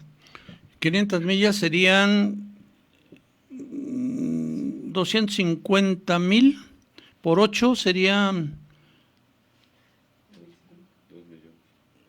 Por 8 no, por 250,000 serían... Sí, 2 millones, ¿verdad? 2 millones de pulgadas. De pulgadas. Reducidas esas a pies, que podría dividir por 12, ¿cierto? Entre 12, sí. O sea, tenemos que hacer el cálculo. Sí. El cálculo. ¿Pero a dónde quiere llegar?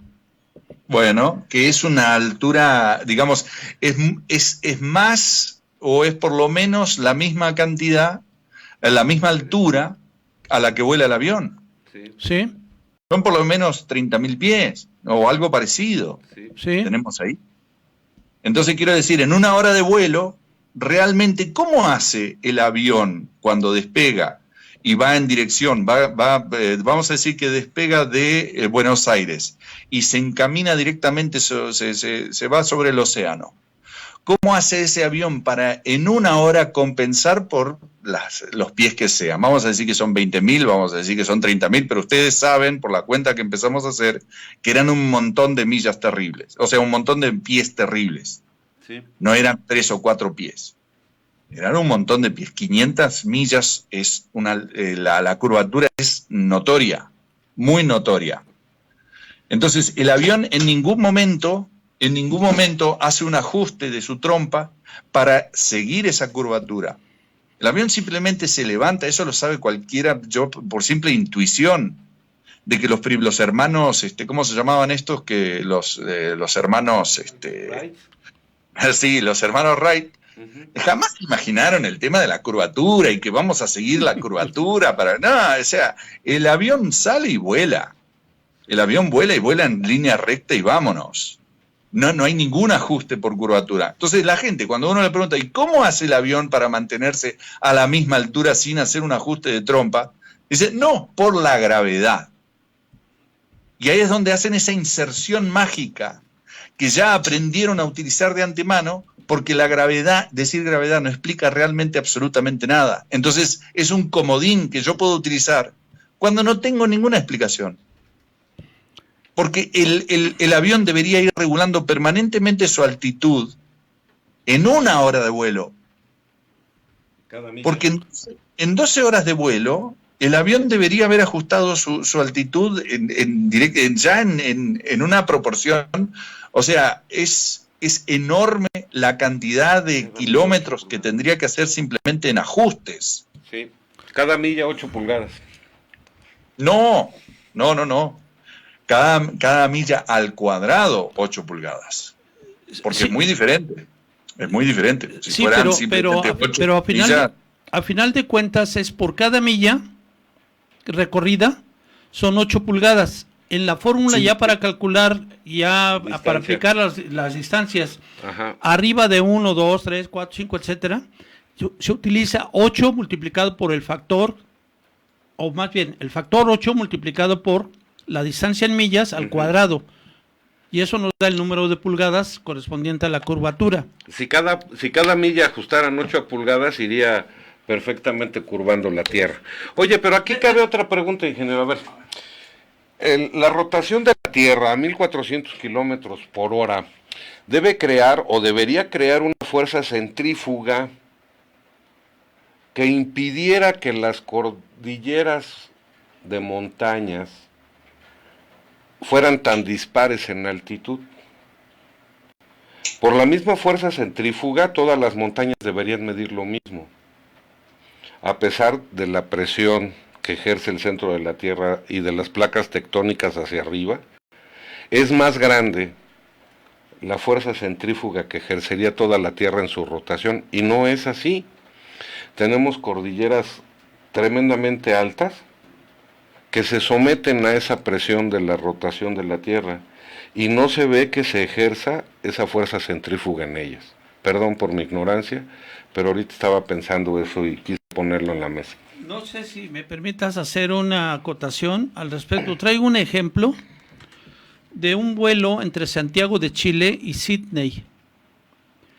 Ese vuelo duraría 32 horas y cruzaría medio Estados Unidos en vez de las 12 horas de vuelo sobre el Océano Pacífico. Es decir,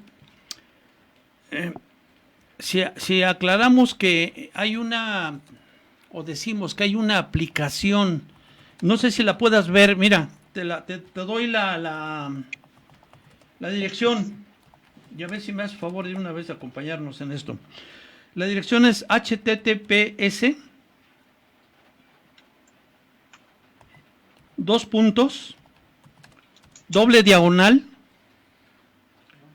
ecamp.shinyaapps.io diagonal avión, sin acento, avión, guión normal, el guión medio, digamos, plano. Y vas a encontrar entonces una aplicación que te permite calcular esas distancias. Y ahí veríamos que el vuelo directo, la distancia directa entre Sydney y Chile se encontraría en el disco a 25.726 kilómetros, en tanto que en la distancia en la esfera equivaldría a 11.435 kilómetros. Cabe aclarar que a pesar de que la línea roja aparezca mucho más larga, en realidad representa una distancia mucho más corta, pero está sumamente distorsionada por la proyección. Inmediatamente surge el problema de que en el hemisferio sur las distancias son enormes, debido a que en un planeta esférico un círculo de latitud constante en 30 grados de latitud mide lo mismo, esté en el sur o en el norte, pero en la Tierra plana 30 grados sur es el doble de rango que 30 grados norte, porque se abre. Y ahorita entraríamos aquí a la parte de la geometría de la Tierra plana. Pero, ¿qué te quiero decir con esto? A ver, ¿por qué razón los vuelos, en lugar de ir directamente de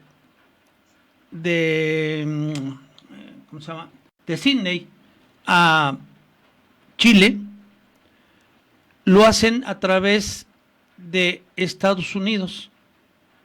O sea, van Chile a Estados Unidos y de ahí a Sydney. O al revés, sí. O al revés, cuando pudieran hacer la trayectoria directamente sobre el paralelo correspondiente, ¿sí? en una Tierra esférica. Sin embargo, no es así. No sé si me explique. Y para mí sí, por supuesto, ingeniero, pero bueno. No sé si haya que ampliar, sí, se entiende perfectamente a la latitud que está Santiago. Sí. Es similar o es más cercana que cualquier otra ciudad conocida a Sydney, o digamos las ciudades del sur no son no hay tantas como para competir con Santiago. Entonces, bueno, tenemos latitudes similares o aproximadas ahí. Sí. Lo cual significa que un vuelo directo debería ser la distancia más efectiva, ¿no? La más corta. La más corta. Sí, la distancia entre dos puntos es una línea recta. Y aquí lo que hacen los vuelos tradicional y normalmente es ir Chile a Estados Unidos y después de Estados Unidos se van, sí, Los Ángeles, y se van a Sydney. Sí. Está muy interesante la polémica y sobre todo en los chats. Yo le quiero pedir a nuestro compañero Ajax Mondragón que sea tan gentil en decirnos qué sucede en los chats, Ajax. Gracias, Juan Ramón. Bueno, a través de YouTube tenemos muchísimos comentarios. Por ahí Tepe Colomba nos dice, le manda saludos a The Secret Forest, que también ya se unió. Saludos a Patrones Comunes, que dice que le falló un poco el internet, pero que ya está de vuelta. Saludos por ahí a Plano Ibérico, que igual manda un abrazo. Tenemos a John Doe, que dice que, bueno, se rehúsa un poco a creer también en lo de la Tierra plana y dice que pues, los que piensan en ella también tienen incluso la cabeza plana, por ahí un poco ofensivo. Martín Cabello. Fíjate, si los que opinan de la Tierra plana le contestaran, pues habría más controversia. Acuérdense ustedes que todo lo que conocemos forma parte de un programa educativo que desde pequeños hemos recibido y del cual no sabemos, porque mucho de ello lo damos por hecho sin investigar ni cuestionarlos, si realmente es la verdad lo que nos han inculcado. Hay que dudarlo, no hay que casarse con nada. Aquí nadie tiene la verdad absoluta. Perdón, Ajax, ¿qué más? Así es, saludos por ahí a Luciano de Argentina. Saludos a Dionisios Music, que dice buenas y planas noches. Saludos a Zaida Raful, que dice hola, saludos, buen chat. Y qué padre que se permita cuestionar el modelo impuesto. Saludos a Martín Cabello, Patricia Mendoza, que dice que se supone que los vuelos en avión se hacen sobre la Tierra y no atravesar el océano, porque si lo hacen y ocurre un accidente, sería imposible ayudarlos de forma rápida. Saludos a Dionisios Music. Oye, dice, ¿y sobre la Tierra, si vuelan y se caen, no moriría más gente?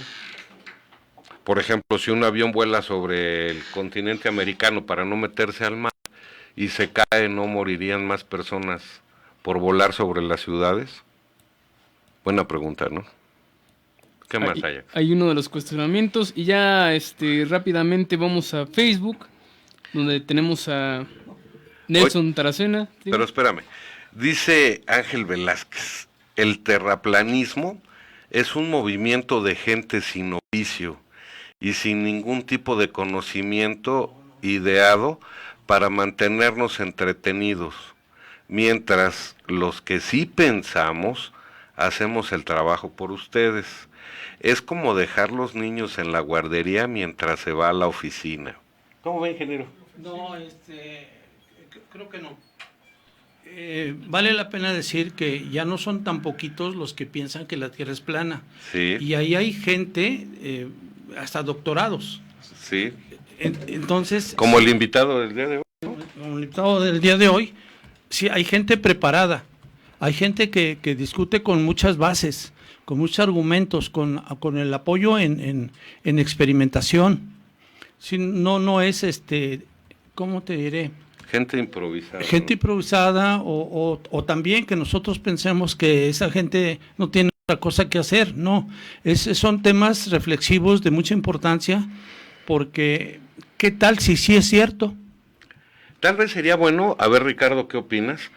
Que cada persona dijera, a ver, si yo defiendo la Tierra esférica, que dicen no es totalmente esférica, está ovalada, achatada en los polos, etcétera. Si yo defiendo esa teoría, ¿de qué me sirve?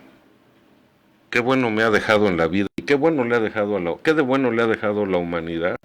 El que yo me aferre a que la Tierra, o al que yo crea o participe que la Tierra es esférica. Ok, pero también, si yo considero que la Tierra es plana, ¿y qué cosas buenas ha logrado la humanidad de saber que la Tierra es plana? Si empezáramos por hacernos esos cuestionamientos, Ricardo, creo que tendríamos la oportunidad de darnos tal vez valga la redundancia, la posibilidad de entender otros pensamientos, ¿no crees? Sí, perfecto. Mira, para la persona que hace esta acusación seria, a mí no me duele, no me ofende, porque obviamente en su momento yo pensé lo mismo, ¿no? O sea, esto es un pensamiento muy natural. Claro. De que cuando vemos a alguien que está cuestionando algo tan básico y algo tan fuera de lo que normalmente me detengo a considerar, Me parece que es alguien que está simplemente tratando de llamar la atención o, no sé, ese tipo de cosas, ¿no? Ahora, una vez entrado, una vez que nos permitimos el debate, entonces la Tierra plana avanza muy rápido, porque vamos a decir una cosa muy sencilla. Vamos a decir, somos dos personas que apenas nos conocemos. Tenemos una Nikon 900, P900. Nos vamos a Colonia, Uruguay, los dos. Enfocamos hacia Buenos Aires y podemos tomar una foto de los edificios en Buenos Aires. Después utilizamos la fórmula de curvatura que nos compartía el ingeniero y decimos, estamos viendo algo imposible. No puede ser. Bien, en la fórmula deberían haber unos 100 y tantos metros de curvatura. Creo que son 194 en 50 kilómetros. Sí. 194 metros debería curvar la Tierra.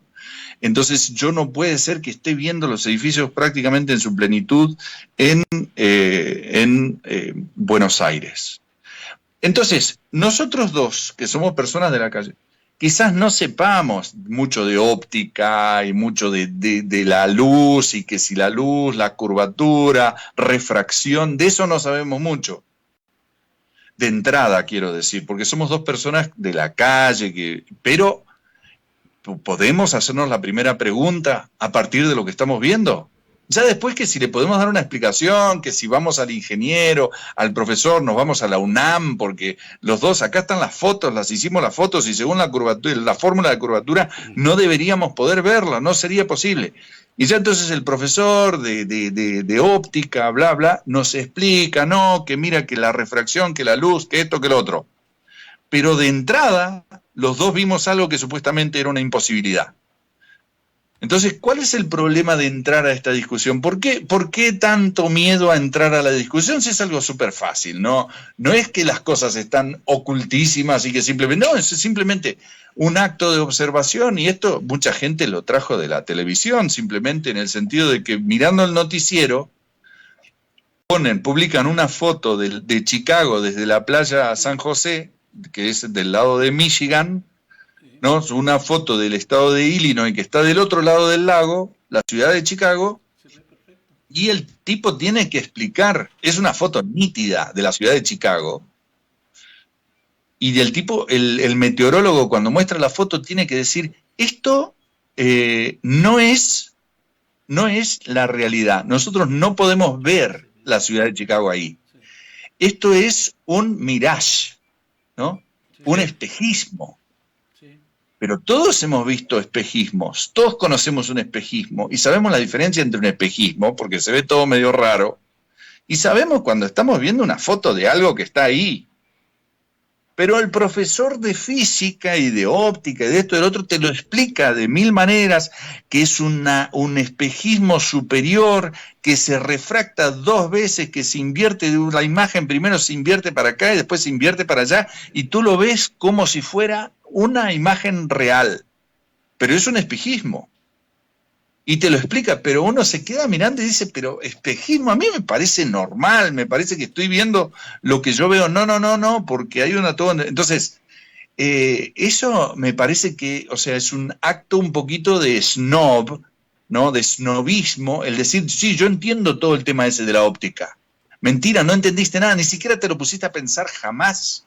Sí. Jamás te pusiste a pensar por qué podías ver Buenos Aires desde Colonia. Vive gente en Colonia desde hace 100 años, 150 años, no sé cuánto la edad de Colonia. Y toda la vida han visto Buenos Aires. Y ninguno se preguntó por qué podía ver eso. Nunca nadie lo comparó a la curvatura. A la fórmula de la curvatura, entonces no seas altanero de pensar que ya te hiciste estas preguntas. Es mentira, jamás te hiciste las preguntas. Y cuando te empieces a hacer las preguntas, la idea de la Tierra plana va a avanzar a una velocidad increíble, que es lo que ha sucedido. La mayoría de la gente está enganchadísima de cuando se enganchó, cuando se permitió la pregunta. Pero acá no es el debate tierra plana, tierra esférica, porque la tierra esférica sale perdiendo terriblemente. El debate es tierra plana versus ¿me interesa o no me interesa? Y la mayoría de la gente está en el plano de no me interesa nada, porque en realidad a mí en qué me cambia la vida, porque a mí déjame ir a mi partido de fútbol, déjame seguir con mi vida y con mi fantasía. Y es que les da miedo, Ricardo. Claro. Yo creo que a la mayoría de las personas les da miedo enfrentar otra verdad, otra realidad que rompa todos los esquemas con los que hemos sido educados. Básicamente considero... Hay gente que te va a dar un tiro si tú le dices que el fútbol es una farsa, el fútbol es una maquinaria propagandística. Sí. A Lionel Messi no tiene permitido, un jugador de la selección boliviana, no tiene permitido darle una patada que le quiebre la pierna. Sí.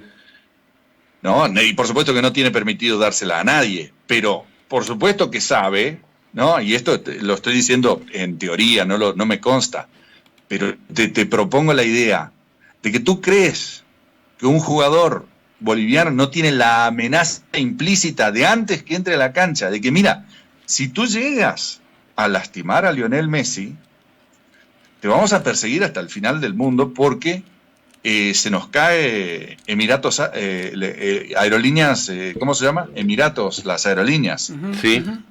O sea, hay empresas enteras que dependen del performance de Lionel Messi. No se lo puede tocar. Entonces, ¿para qué jugamos un partido contra Lionel Messi?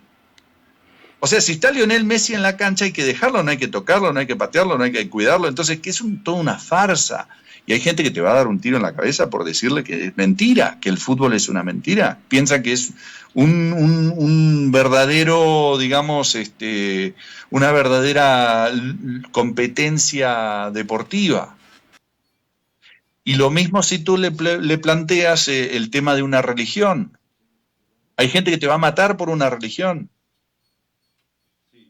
¿Acaso no hay cosas para cuestionar de una religión?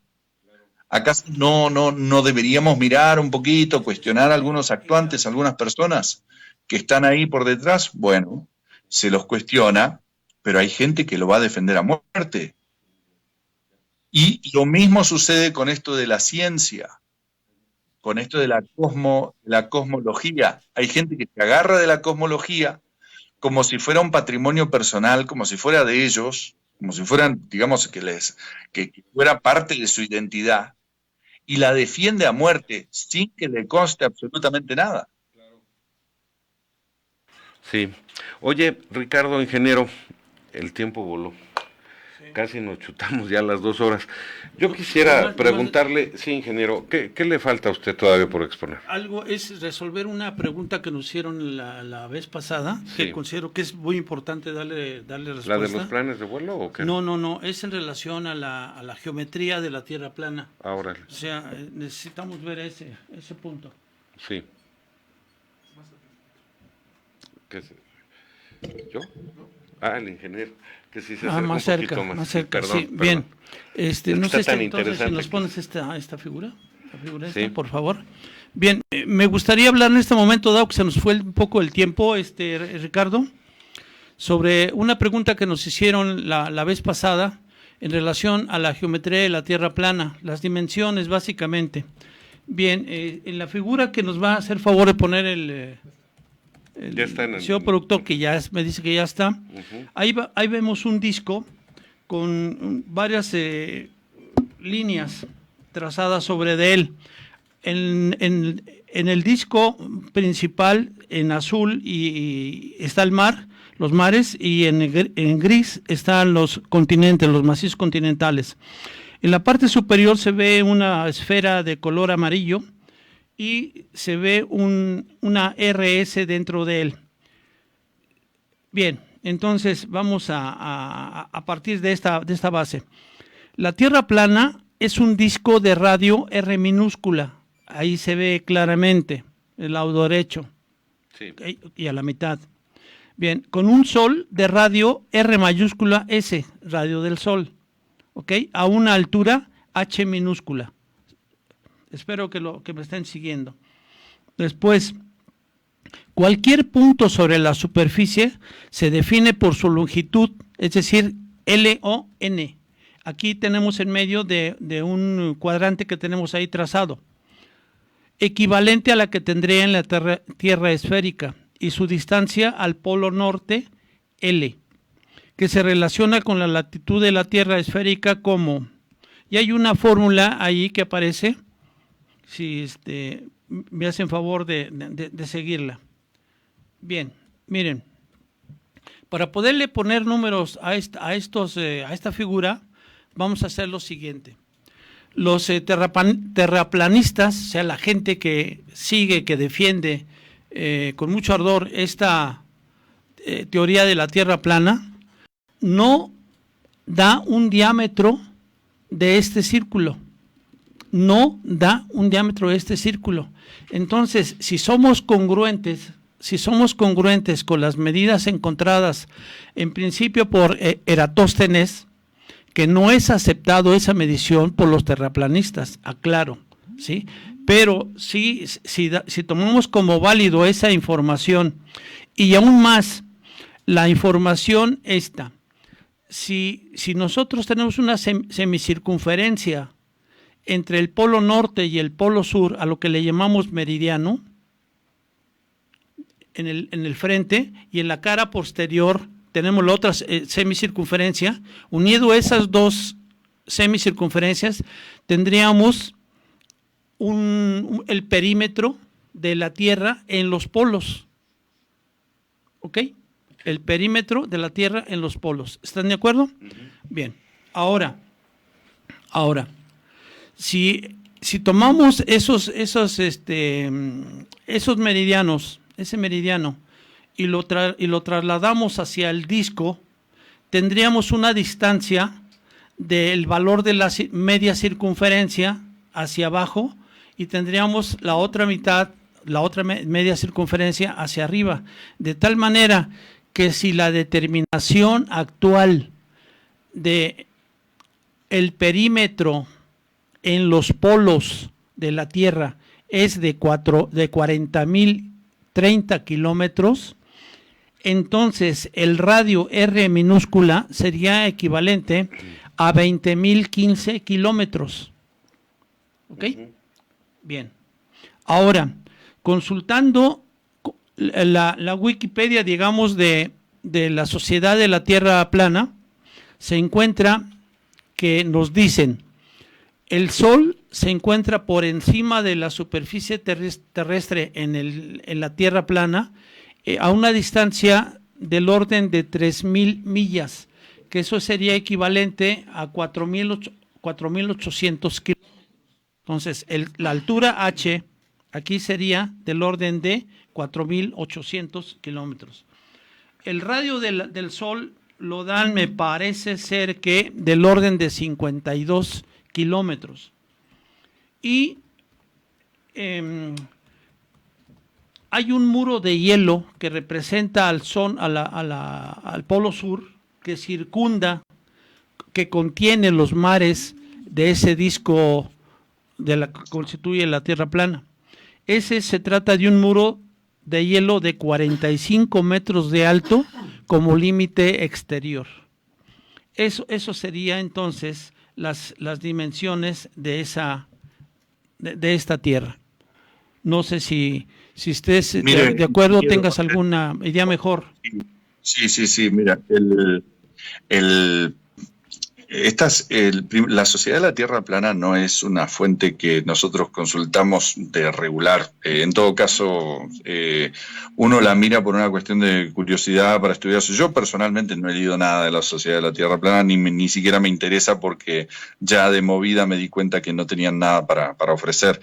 Pero sí que seguramente hay algunos puntos en los que coincidimos. Nosotros estamos estudiando esto desde observaciones mucho más coherentes que lo que pueda decir la Sociedad de la Tierra Plana. El tema del Sol, por ejemplo, rapidito. El Sol no se comporta como un objeto en el cielo, y las observaciones que podemos hacer desde la Tierra son similares a las que podemos hacer cuando vemos el arco iris. O sea, el sol viaja conmigo, el sol depende de mi perspectiva, su posición. Es imposible triangular el sol. O sea, una persona en New York y una persona en México van a ver dos soles totalmente diferentes. No están viendo el mismo sol, aun si se están hablando por celular. Si hacen los ángulos, si sacan las medidas, ¿no?, de ángulos, se van a dar cuenta que están viendo dos soles totalmente diferentes. Cada uno ve desde su perspectiva. Entonces, decir que el sol está a 4.000 millas, o a 5.000 millas, o a 100.000 millas, o a 92.000 millas, a 92 millones de millas, como dice la ciencia heliocéntrica, es simplemente una aventura. Es como que yo te diga, ese arco iris está a 300 metros de mí. Pero bueno, si avanzo 2 metros, ahora sigue estando, no es que está a 298. Se movió conmigo. Si me muevo hacia la derecha, se mueve hacia la derecha. Si me muevo hacia la izquierda, se mueve hacia la izquierda. Ahora, el perímetro de la Antártida, 45 metros no. O sea, no tiene nada que ver. La costa de la Antártida es variable. Sí, que es la altura de las montañas en la Antártida. Del muro de hielo. Sí, no, por supuesto. O sea, la Antártida, sí que si buscan en Wikipedia o donde quieran, van a ver que de promedio... Hay hielos de kilómetros. Es el continente más alto. Sí. Sí. Entonces, tiene un promedio de altura, creo, de 4.000 metros o de 2.500 metros. En este momento no recuerdo, se me confunden los números, pero no importa. Es alto. Sí, es bastante alto.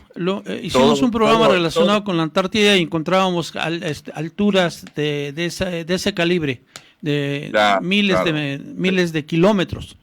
Entonces, vamos a decir, todo Uruguay o todo Brasil... no es una ínfima altura de lo que es Antártida. Entonces hay una diferencia importante. Sí. Cuando se considera, entonces, en ese sentido sí que es un perímetro elevado que podría considerarse una especie de muro. Pero no es que no estamos hablando de un muro literal, sino que estamos hablando de que la Antártida es el continente más elevado en promedio y que por lo tanto hay una cierta lógica en esto de que sería lo que contiene los océanos en su lugar. Sí. Sabiendo que tomamos a la Antártida por un perímetro, no por una especie de isla o pequeño continente como se lo perfila hoy en día. Sí, yo di este dato de 45 metros porque fue el que encontré en las versiones de los terraplanistas. De Sociedad de la Tierra Plana. Sin modificarle nada. Claro, no, yo por eso entiendo que la Antártida tiene bloques de hielo muchísimo más grandes. Es como darle una justificación a las mareas, ¿no? Dice, pega con la pared y regresa, y vuelve a pegar, y vuelve a regresar, y así justifican las mareas. Sí, más bien como tener como un contenedor de las aguas que forman los océanos y los mares. Sí, la otra, si la Tierra fuera esférica y girara a 1.400 kilómetros por hora, ¿no creen ustedes que la presión que ejerce el mar sobre los ríos haría que los caudales fueran al revés? ¿Y no consideran ustedes que por la fuerza centrífuga los ríos saldrían de su cauce en sentido contrario a cómo gira la Tierra? Son muchas cosas, Ricardo, ingeniero. Yo les quiero pedir, sobre todo agradecer, Ricardo, tu participación, tu interés. Ojalá no sea ni la primera ni la última ocasión que podemos charlar.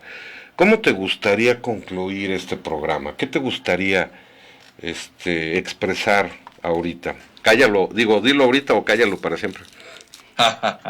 Como en las bodas. No, simplemente invitar a la gente que nos está escuchando, invitar a cuestionar toda la información que tenemos a la mano, no las cosas obvias, ¿no? Sino que, digamos, esperar, por ejemplo, voy a hacer una analogía. Si yo espero que que mi pueblo, ¿no?, donde yo vivo, funcione bien, políticamente hablando, que haya equidad, que haya transparencia y demás. ¿Es posible eso si a nivel Estado o a nivel nación las cosas están totalmente corruptas? O sea, ¿qué posibilidades hay de rescatar mi propio pequeño ambiente si todo lo demás está corrompido? Entonces, de esa misma manera, quizás lo que te está afectando, lo que este mundo en el que uno vive, que está, digamos, es tan incierto y tiene tantas incongruencias y demás, quizás no se deba simplemente a que el gobierno actual nos está privando la posibilidad de llevar una vida plena. Quizás hay conspiraciones, ¿no? Que significa que personas que están secreteando por detrás, que exceden en muchos órdenes mi entorno inmediato. Y entre las cosas que tengo que replantear son mi historia, mi tiempo y mi espacio. Y en el espacio viene el tema de la tierra. En el tiempo habrá otras cosas para cuestionar, pero en el espacio viene el tema de la tierra. Yo no puedo operar, no puedo ser coherente si no conozco mi espacio, mi terreno. Claro. ¿No? Todos los animales vuelven a sus terrenos, las palomas vuelven a su lugar. Nosotros necesitamos un lugar. Nosotros habitamos un lugar. Pero si a nosotros nos dicen que nosotros habitamos una ficción, porque yo te diga que tu casa en realidad es una serie de palabras, es una ficción, es un invento, tu casa no es de la forma que tú la habitas y demás. Entonces yo te engaño en cuanto a tu espacio, nunca encuentras tu propio hábitat, nunca te vas a conocer a profundidad, nunca vas a entrar en coherencia, porque siempre va a estar tu realidad en conflicto con la narrativa que te venden. Entonces es importante cuestionarse las cosas que hemos dado por sentadas. Lamentablemente hoy nos toca cuestionar este tema tan macro, que es el tema de la forma de la Tierra, sí, que parece que estaba tan zanjado y demás, pero nosotros vinimos aquí, estamos aquí para decirte que nosotros también estábamos ahí. También pensábamos que estaba todo bien y que eso era algo que no necesitábamos cuestionarnos. Pero en cuanto nos dimos la oportunidad empezamos a comprender su importancia también.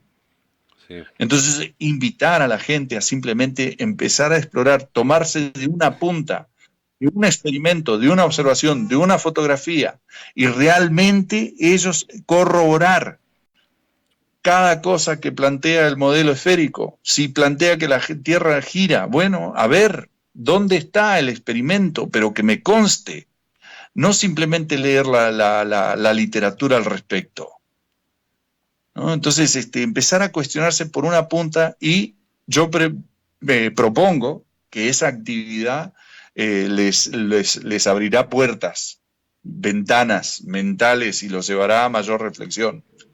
Tendrán un mejor entendimiento de su entorno y de sí mismos por consecuencia. Claro, estamos muy de acuerdo contigo. Ingeniero, ¿cómo le gustaría concluir? Bueno, muchísimas gracias, Ricardo. Quédate tantito con nosotros para que escuches cuando menos nuestras conclusiones.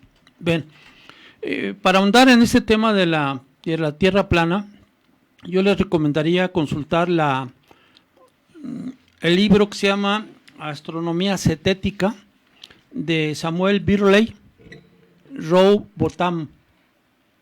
Ahí van a encontrar multitud de información relacionada con este tema. Es obligado conocerlo para poder discutir sobre este tema.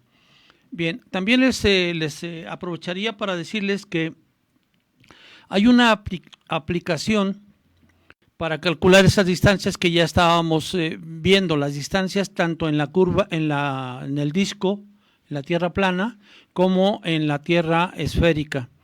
En un momento más nos va a hacer favor de pasarles el dato nuestro compañero Ajax Mondragón. Sí, en las redes sociales, en los chats va a aparecer.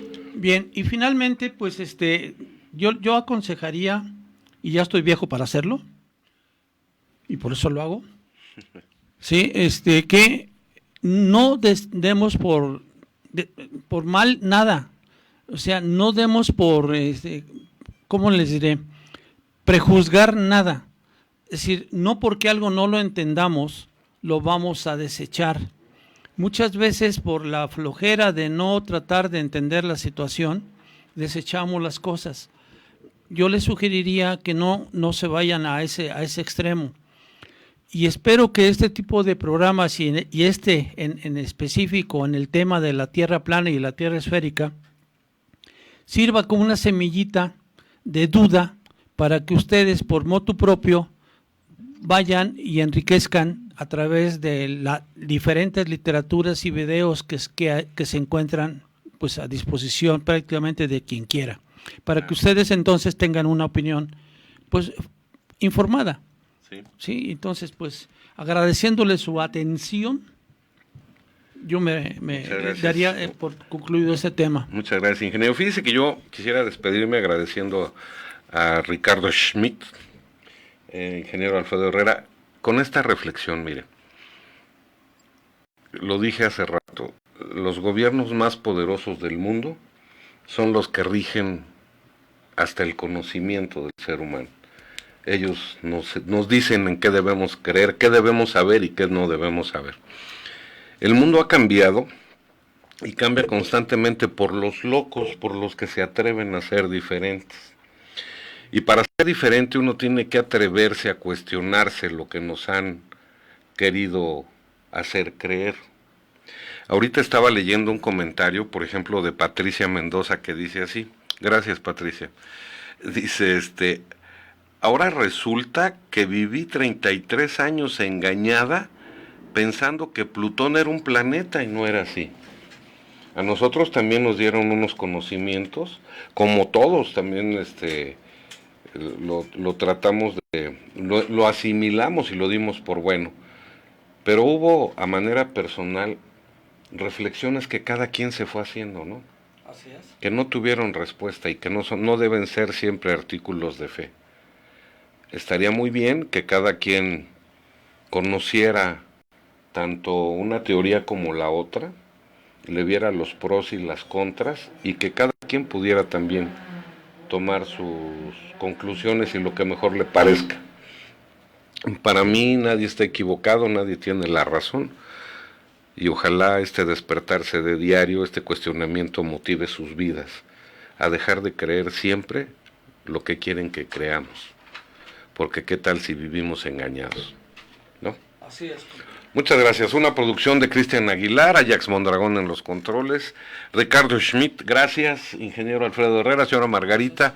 Esto es Tercera Llamada en Señales Ocultas. Dios habita en sus corazones. Gracias a usted por la invitación. No nos cortes, Ricardo, permítenos. Dios habita en sus corazones y hay que pensar lo que realmente es importante en la vida.